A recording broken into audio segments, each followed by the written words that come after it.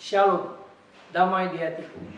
Kembali bertemu dengan saya Pendeta Jonathan F. Lupulalan pada hari Minggu tanggal 13 Agustus tahun 2023.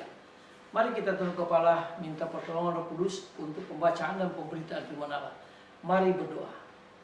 Tuhan Yesus, kami sangat membutuhkan firman-Mu. Itulah sebabnya Tuhan urapi hamba-Mu dan kuat kuasa Roh-Mu yang kudus dan beri penerangan oleh Roh Kudus pada para pendengar yang akan mendengarkan firman Allah. Berfirmanlah karena kami sudah siap untuk mendengarkan firman. Dalam kasih dan kebenaran Kristus kami berdoa. Amin. Mari kita baca firman Tuhan yang diambil dari Yohanes pasal 14 ayat yang ke-6. Yang berkata begini, kata Yesus kepadanya, Akulah jalan, kebenaran, hidup. Tidak ada seorang pun yang datang kepada Bapa kalau tidak melalui aku. Demikianlah firman Allah yang berbahagia kita membaca, mendengar, dan melakukan firman Allah. Haleluya. Tema kita pada hari ini adalah hidup dalam kebenaran Kristus. Nah, saudara-saudara yang saya kasih dalam Kristus, menyatakan kebenaran tidak selalu diterima oleh orang lain. Kerap terjadi dalam kehidupan kita bahwa orang yang menyatakan kebenaran malah menjadi pesakitan dan dianggap menjadi penfitnah orang lain. Demikian yang terjadi dalam beberapa kasus korupsi di negara kita. Nah, saudara-saudara yang saya kasih dalam Kristus, orang-orang yang mau menyatakan kebenaran seperti nabi-nabi, misalnya Nabi Yeremia, dia pernah menyatakan kebenaran sejati yang berasal dari Allah. Namun, alih-alih didengarkan, para nabi malah sering dihukum. Jadi nabi yang menyatakan kebenaran seringkali dihukum oleh penguasa yang senantiasa menguasai dunia ini. Nah, saudara-saudara yang saya kasih dalam Kristus, mereka atau para nabi ditolak oleh bangsanya sendiri. Para nabi atau orang-orang yang hidup benar harus menghadapi berbagai tuduhan fitnah karena berani menyatakan kebenaran sejati di dalam Kristus. Nah, saudara-saudara yang saya kasih dalam Kristus, Tuhan Yesus hidup juga dalam situasi seperti Nabi Yeremia. Misalnya, ajakan Yesus untuk menerima warta kerajaan Allah dan hidup dalam kebenaran menimbulkan pertentangan di antara orang Israel sendiri. Ada yang menolak, ada pula yang menerimanya. Nah, saudara-saudara yang saya kasih dalam Kristus, kedatangan Kristus menimbulkan pertentangan yang besar. Artinya, setiap orang harus menjatuhkan pilihan menerima atau menolak Kristus dalam kebenaran.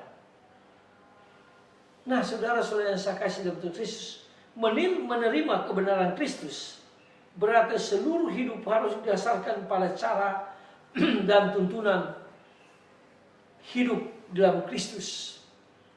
Karena Yesus sudah mengatakan, Yesuslah jalan kebenaran hidup. Tidak ada seorang pun yang datang kepada Bapa kalau dia tidak hidup dalam kebenaran Kristus. Nah, saudara-saudara yang saya kasih dalam Kristus, lebih lanjut, hidup dalam kebenaran akan menjadi pertentangan bagi orang yang tidak hidup dalam kebenaran. Nah, saudara-saudara yang saya kasih dalam Kristus, bagaimana pengalaman kita sebagai orang beriman, sebagai orang yang hidup dalam kebenaran? Setiap hari kita harus menjadi seorang yang membawa kebenaran, atau seorang nabi kecil yang membawa kebenaran.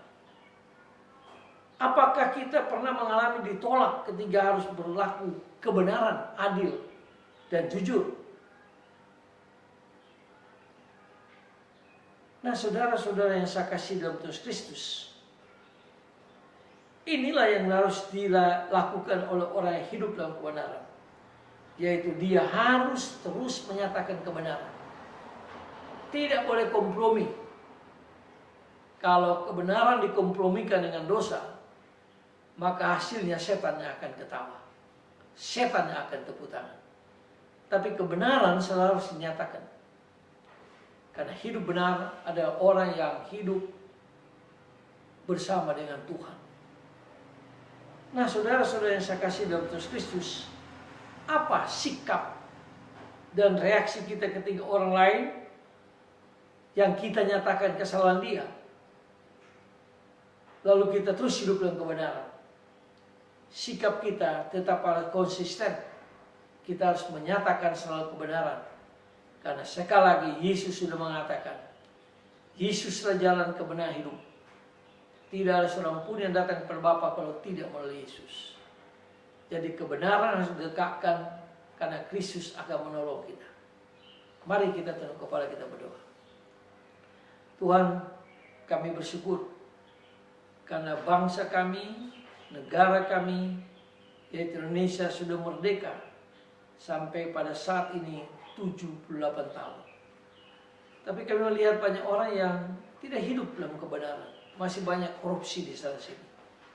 Tapi tolong kami Tuhan, supaya kami mau berpegang teguh kepada kebenaran Kristus yang diajarkan Kristus. Bahwa sebagai pengikut Kristus harus hidup dalam kebenaran. Kristus pasti akan menolong kami. Tolonglah kami ya Roh Kudus, supaya kami hidup dalam kebenaran Kristus. Ampuni dosa kami, dengarlah doa kami. Dalam kasih dan kebenaran Kristus kami berdoa. Amin. Terpujilah Kristus yang hidup dalam kebenaran.